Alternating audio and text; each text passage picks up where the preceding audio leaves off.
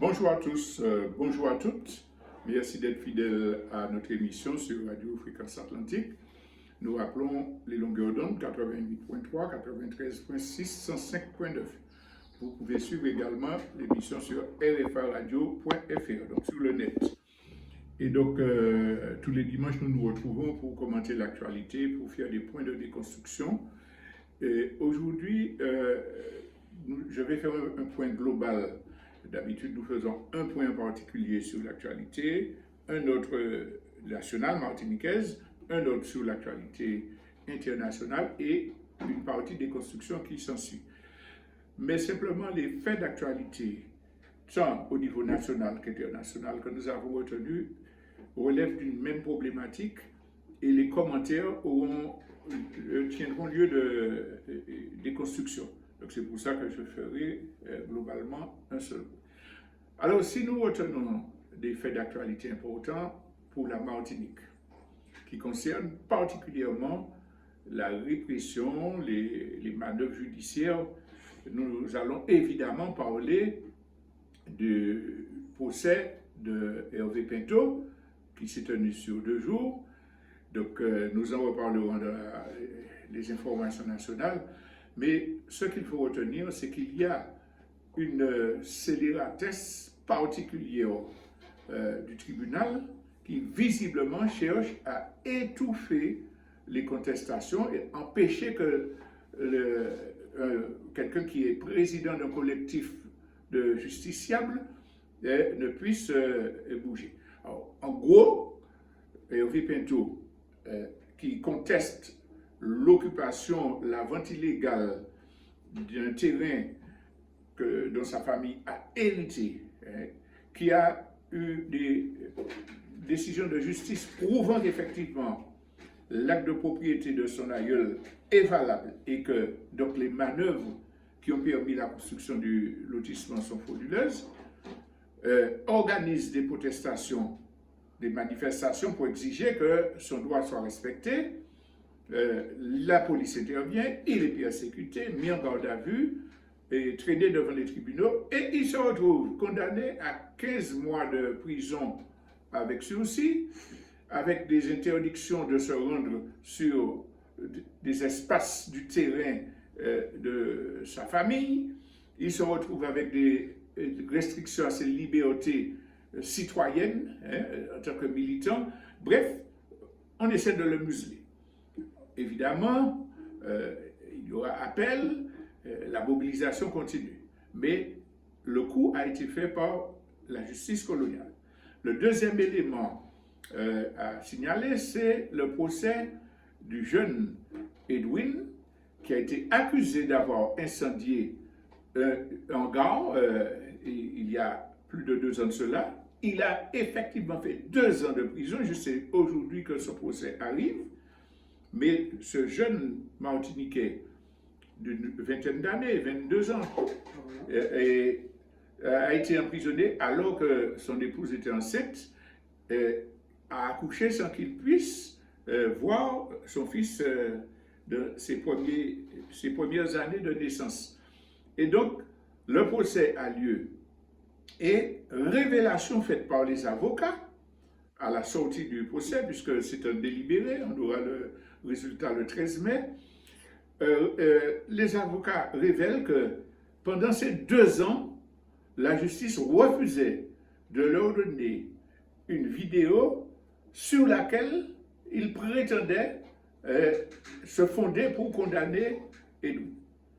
Jamais on n'acceptait de leur donner. Mais finalement, des manœuvres ont payé et à l'occasion de ce procès-là, ils ont pu obtenir la vidéo et des éléments d'analyse qui avaient été faits par des experts. Qu'est-ce qu'on apprend? C'est que sur la vidéo, il y a 3 personnages qu'on n'identifie pas, dont une dame, c'est pas Edwin bien sûr, et puis 2 hommes, mais avec les techniques scientifiques modernes, on peut évaluer la taille des personnes qui sont sur la vidéo. Et dès le départ, ils savaient que c'était des gens soit beaucoup plus courts,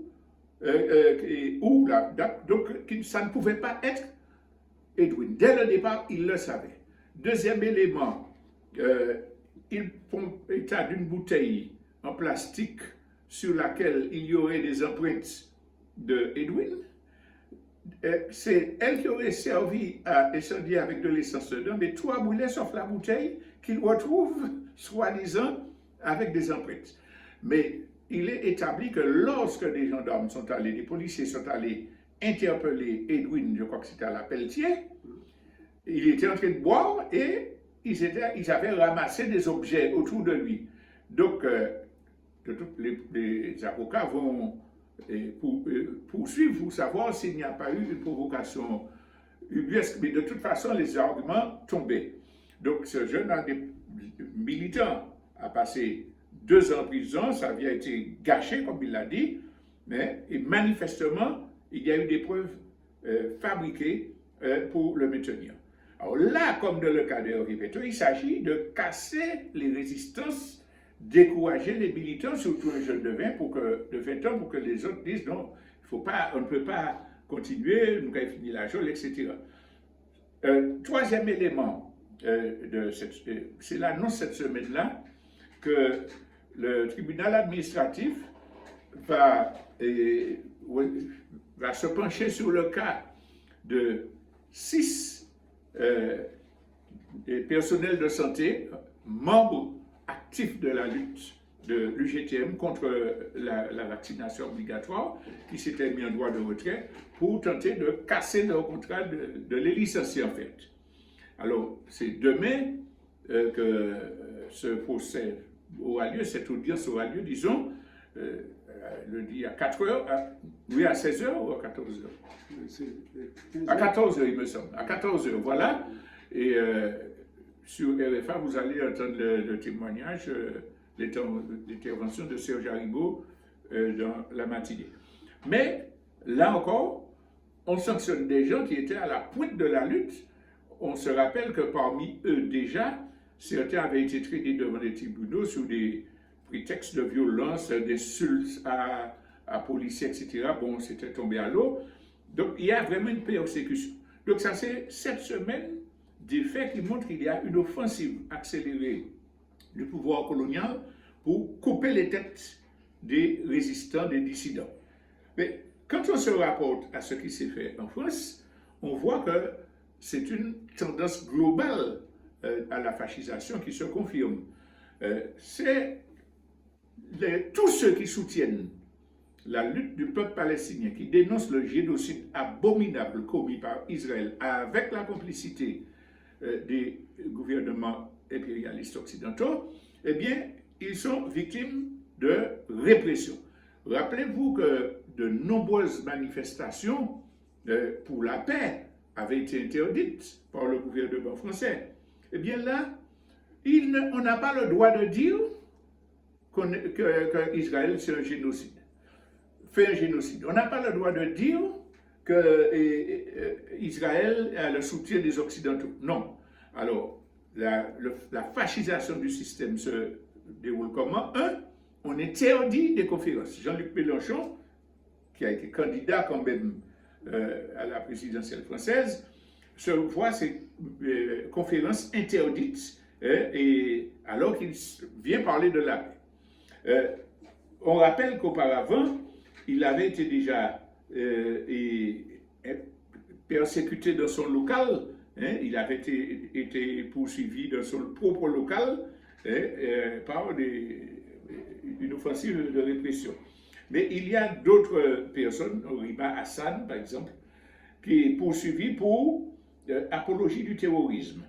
Plusieurs autres personnalités, dont des étudiants, sont poursuivis et précisément Mathilde Panot, vous savez, cette figure légendaire députée de la France Insoumise, qui sera également convoquée pour être entendue dans une enquête pour apologie du terrorisme.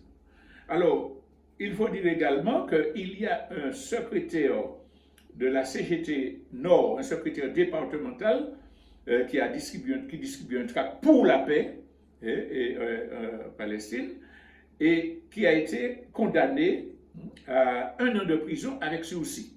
Alors tout ça, c'est apologie du terrorisme. Alors, sur quoi se fondent les tribunaux pour condamner des gens, pour interdire des conférences? C'est sur le fait qu'ils refusent de dire, comme les Occidentaux le développent, que le Hamas est une organisation terroriste.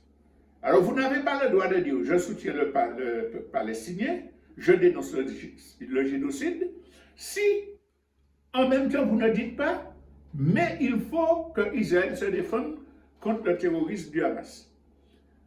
Si vous ne vous pliez pas au langage officiel. Alors, évidemment, c'est du fascisme, il n'y a pas d'autre mot, mais ça montre que le gouvernement s'attaque à tous.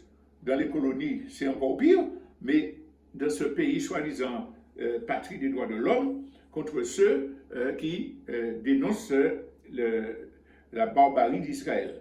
Alors, cela nous amène à insister sur la question de la guerre d'information, parce que le fascisme, il est brutal, il utilise les institutions judiciaires, les forces policières, mais ce qui lui permet de faire ça, ce qui lui permet d'oser aller sur ce front-là, c'est qu'il maîtrise les médias, qu'il contrôle les circuits d'information et qu'il mène une propagande fasciste.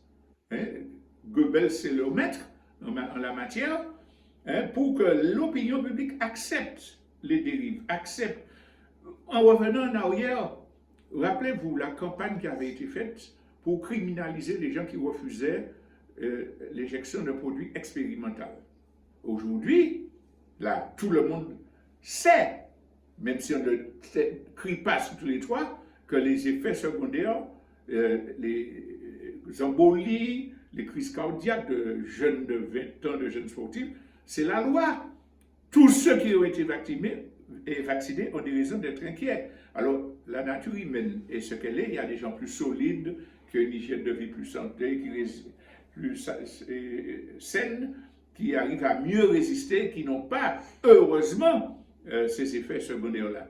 Mais il est établi que, d'une part, les effets secondaires sont très nombreux, très dangereux, très graves partout. Et deuxièmement, que des tribunaux, notamment aux États-Unis, ont reconnu que les laboratoires pharmaceutiques avaient caché les dangers, les effets secondaires, et que les produits n'étaient pas encore validés de façon définitive. Donc, on a cette preuve-là. Mais n'empêche, pour revenir à ce que je disais, qu'il y a une campagne qui a permis la répression des gens qui refusaient l'injection, qui faisait que l'opinion, en grande majorité, avait peur et dénonçait ceux qui refusaient de se faire vacciner, disant qu'ils étaient antiscientifiques, etc. Eh bien, pour ce qui s'est fait pour le Covid, se fait également concernant la soi-disant lutte contre l'antisémitisme. On désigne des gens qui parlent de paix, des gens qui refusent le génocide, qui refusent que la France envoie des munitions pour des barbares sionistes. On les présente comme des antisémites qui font l'apologie du terrorisme.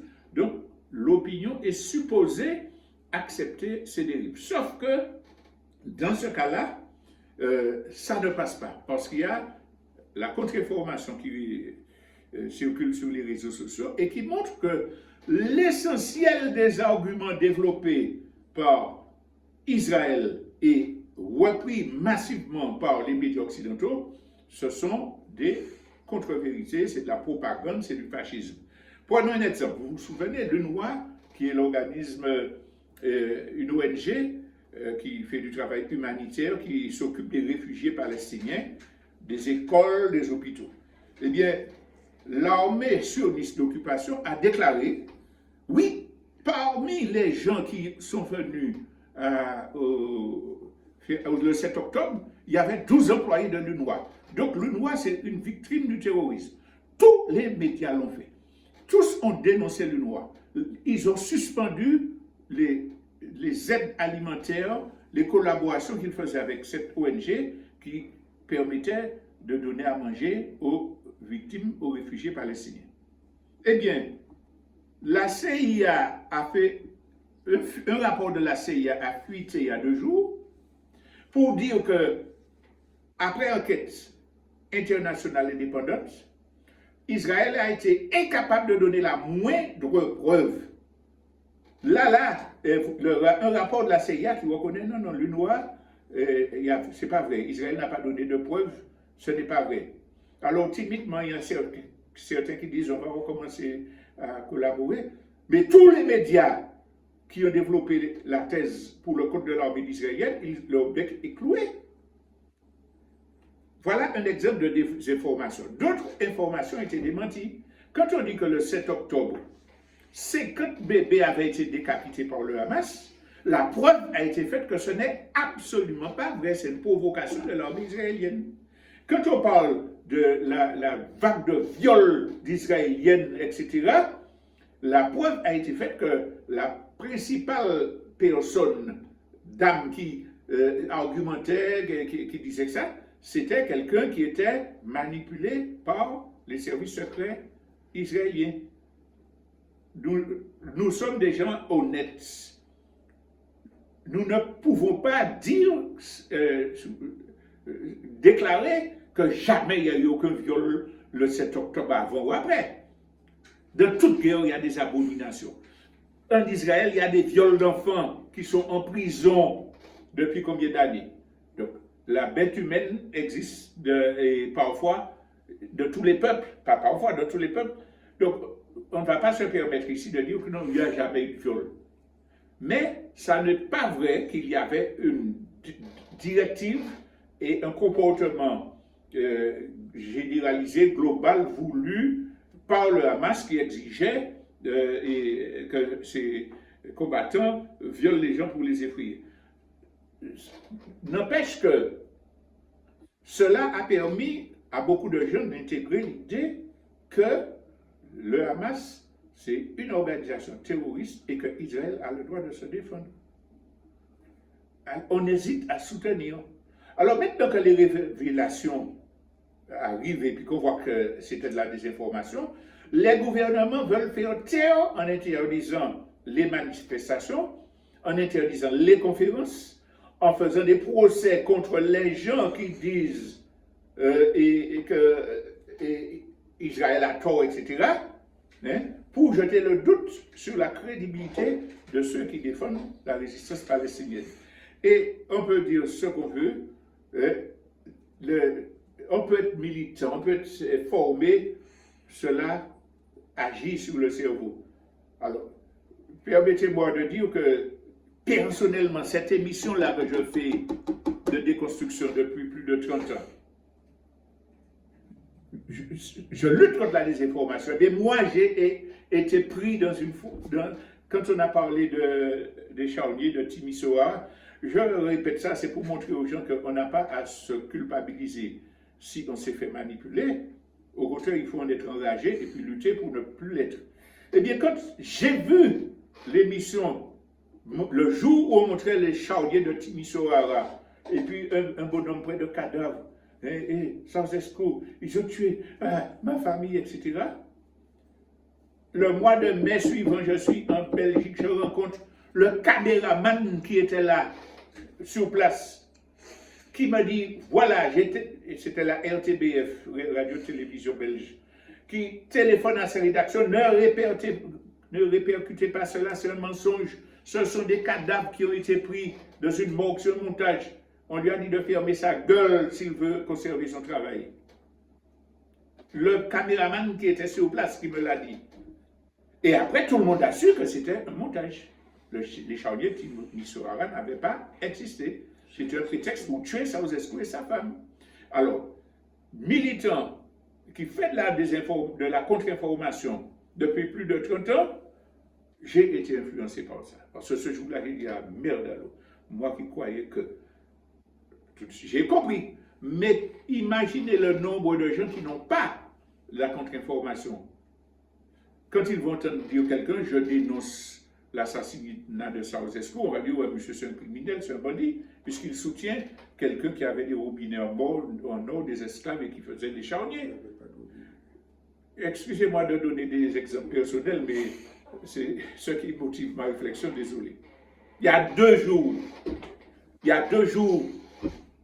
Mon petit-fils qui est scolarisé vient me dire qu'il avait un contrôle en espagnol. On demandait des questions sur citer le nom d'un dictateur. Eh bien, j'ai mis Fidel Castro à Cuba. Et pourtant, c'est un bonhomme très intelligent, mais il a tellement entendu ça. Il a un contrôle du dictateur, le nom vient, sans réflexion. Je dis, ah, mais je sais estomaquer, surtout que c'est un petit bonhomme progressiste, intelligent. Donc, pour vous dire que ça tient. Mais nous ne devons pas être culpabilisés, avoir honte comme cette personne qui téléphone pour dire ouais, ou soutient Poutine. Sur cette radio, vous l'avez entendu. Bougla fait tuer Navalny. Hein? Et puis, ou Pouy. Eh bien, avant-hier, la CIA a reconnu que Poutine n'a pas interféré dans la mort de Navalny. Allez vérifier ça. La personne qui ne voulait pas croire, allez vérifier ça sur Internet aujourd'hui.